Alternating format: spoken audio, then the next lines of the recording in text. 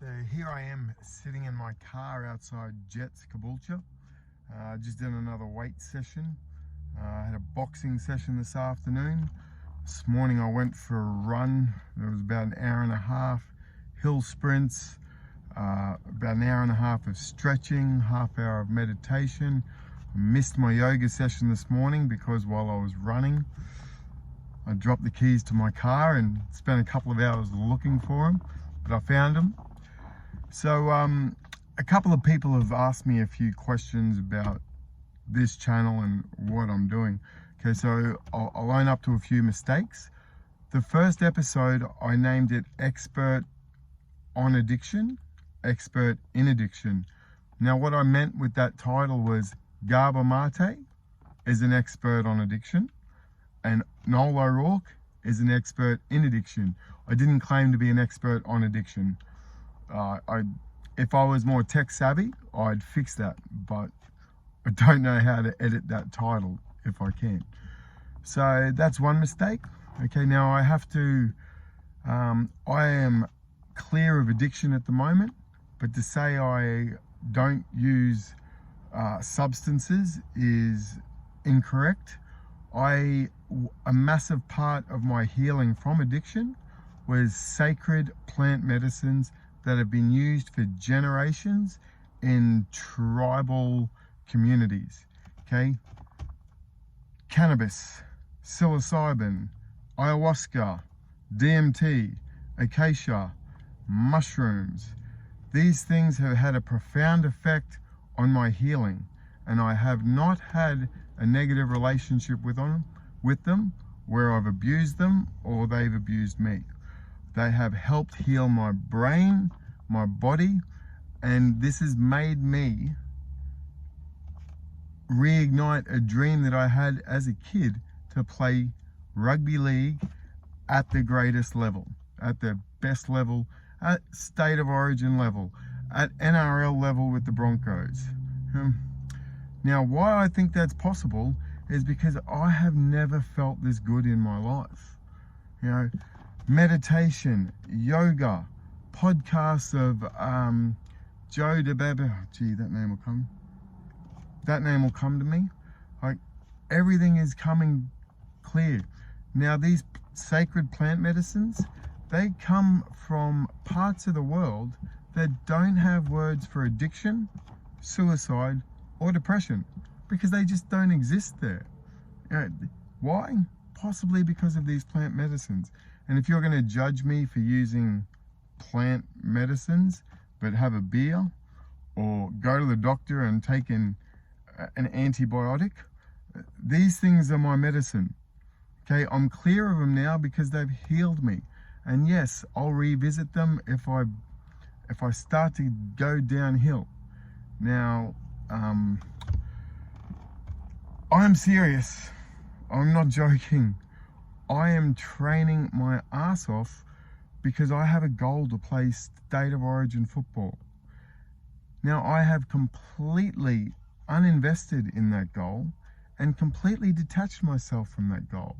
And I've completely invested and emotionally attached myself to the work I would have to do to achieve that goal. So whether I play rugby league at a good level, at a high level, is irrelevant. It's all about the work. And if I had have done this work 25 years ago, instead of crying, poor me, my shoulder, oh no, daddy passed away, oh, he didn't love me. That was my story when I was 16. It's not my story now. My story is I will do everything possible within my power to get myself ready to play rugby league at the highest level. Now, I got to shout out to George here. Sorry, mate. Your last name has slipped my mind. He's a 41-year-old boxer that 12 months ago was a smoking, drinking pisshead. Now, he's about to fight for a Queensland title. He came back to boxing at the age of 40. And at the age of 41, he's fighting for a light heavyweight Queensland title. That's why I think my goal is achievable. If you want to knock me for chasing a dream, If you want to laugh at me for chasing a dream, that's your prerogative. Now, some of the greatest advice I ever got from my father is, hey mate, I was whinging to him about my older brothers picking on me. He said, hey mate, you got 9 older brothers and they're going to pick on you for the rest of your life, and they mean it in good fun. So if you can't learn to laugh at yourself, you're going to be in for a tough ride. So I've learned to laugh at myself. Other people laughing at me doesn't bother me. If you think I'm some madman with some stupid dream, laugh at me. I wear propeller hats and peacock pants out in public. I want people to laugh at me. Now I've got another idea though. And this isn't arrogant, or this is fun. This is intended in fun. I got a better idea. Don't laugh at me. Stand opposite me. Run at me. I need some bodies. Last night I spent a half hour tackling a tree.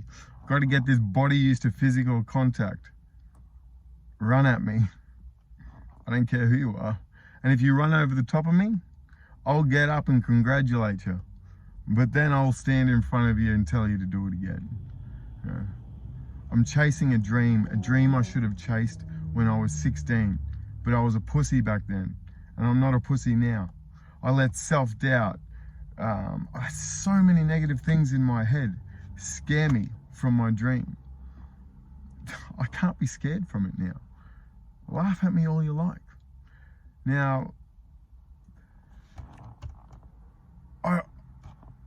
someone suggested to me that my dream on this channel was cheapening my message of getting out of addiction. It is my message about getting out of addiction.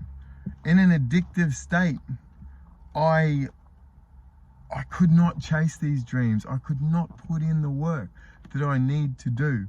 I'm training between 5 and 8 hours a day. Now that's not hard. That training includes yoga, stretching, meditation, boxing, running, gym work, between 5 and 8 hours a day, getting my mind and body right, okay? And at the end of this, if I never play a game of rugby league again, if that's what my story is, I'm going to be the fittest 42-year-old running around. Yeah, there'll be a couple fitter than me, but I'll be as fit as I've ever been at the age of 42. There is no negative from this. Now, you can be inspired by some 42-year-old lunatic who's getting fit with an attempt to make a return to rugby league. You can get inspired by that, or you can ignore it and call him a loser. That's your prerogative. What you think of me is none of my business. Now, some advice for addicts. If you're happy with your addiction and you're happy in your addicted state, so much fucking love for you. I was not happy. My addictions were crippling my life. So here's some advice where I started to get out of addiction. I started listening to Gabor Mate, Brene Brown, Eckhart Tolle. I've just in the last 3 weeks come across a guy by the name of Joe Dispenza. His lectures on the body are simply breathtaking, and I have put them to good use. Okay, guys, there is a way out of addiction. I've done it, okay? And I wanted to talk a lot more about my trauma, and I will do that just as a way to make you see how I related my trauma to my present and my past, and how clearing that helped clear me from addiction.